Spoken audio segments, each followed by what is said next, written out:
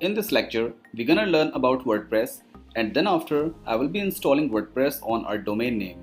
If we look back in 1990 or 2000, to develop a website we had to write codes and make the website with 100% manual work. But thanks to WordPress, as it gives you the flexibility to design and develop your entire Amazon affiliate website without writing a single line of code and without having any prior knowledge of programming. WordPress is basically a tool through which we can use the drag and drop mechanism to design and develop your entire website quickly.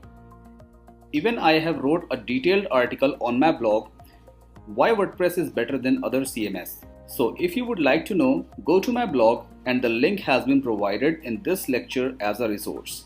Alright, let's jump to WordPress installation process. So in order to install WordPress, go to hostgator.com and here we can see customer login. Just click on it.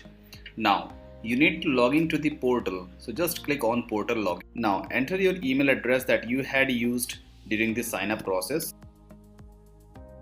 Now you need to enter the password that you had created into the previous lecture.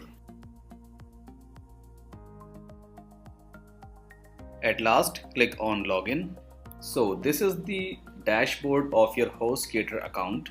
Just hover on manage orders and you can click on list or search options menu. Here we go. Now here you will be seeing your domain name that you have selected into the previous lecture. So just click on your domain name and this will redirect you to the cPanel screen. cPanel is another screen from where we can install WordPress onto the domain name as well as we can manage the other things. So here we can see manage hosting. Just click on it. Alright, so this is the file manager where all your website files get stored. This is the FTP account which is used to access this file manager and the other things onto the hosting. Here we can see site software. Maybe you can also see Softaculous or WordPress into your cPanel screen. So this is basically called a cPanel screen. I'm just clicking on site software.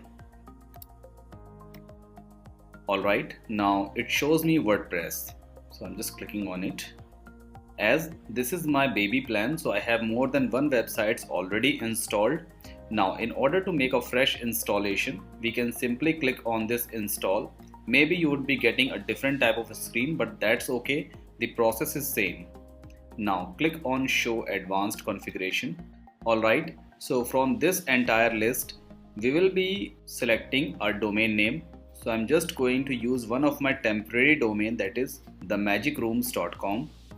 Make this second box empty. Do not put anything in this box. This box is basically called a directory box. Let's scroll down. You will be seeing a username and the password section. This is very important.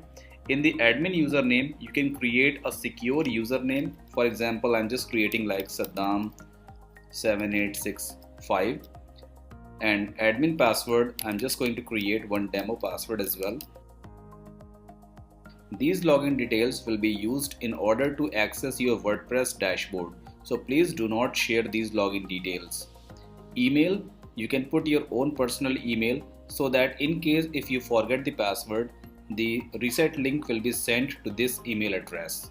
Blog name and blog description. We can change it later on. Do not worry, blog or website is almost same. Initially, WordPress was developed for the blogging purpose, so that's why it is showing over blog, and this blog name and blog description can be changed later on.